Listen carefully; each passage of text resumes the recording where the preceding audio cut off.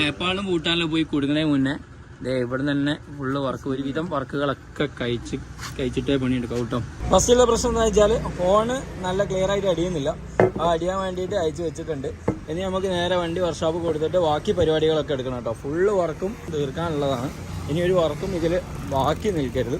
ഈ ഗ്രില്ലായിരുന്നു ഇന്നലെ ചേഞ്ച് ചെയ്തത്. പിന്നെ അതിൻ്റെ ഉള്ളിൽ ഹോണും കാര്യങ്ങളൊക്കെ ഫിറ്റ് ആക്കാനുണ്ട്. ഹോൺ നന്നായി കിട്ടിയിട്ട് വേണം ഫിറ്റ് ആക്കാൻ.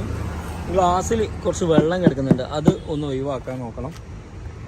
റേഡിയേറ്റർ ക്ലീൻ ചെയ്യണം. റേഡിയേറ്ററിൻ്റെ ഈ ഒരു ഓസും കാര്യങ്ങളൊക്കെ മാറ്റണം.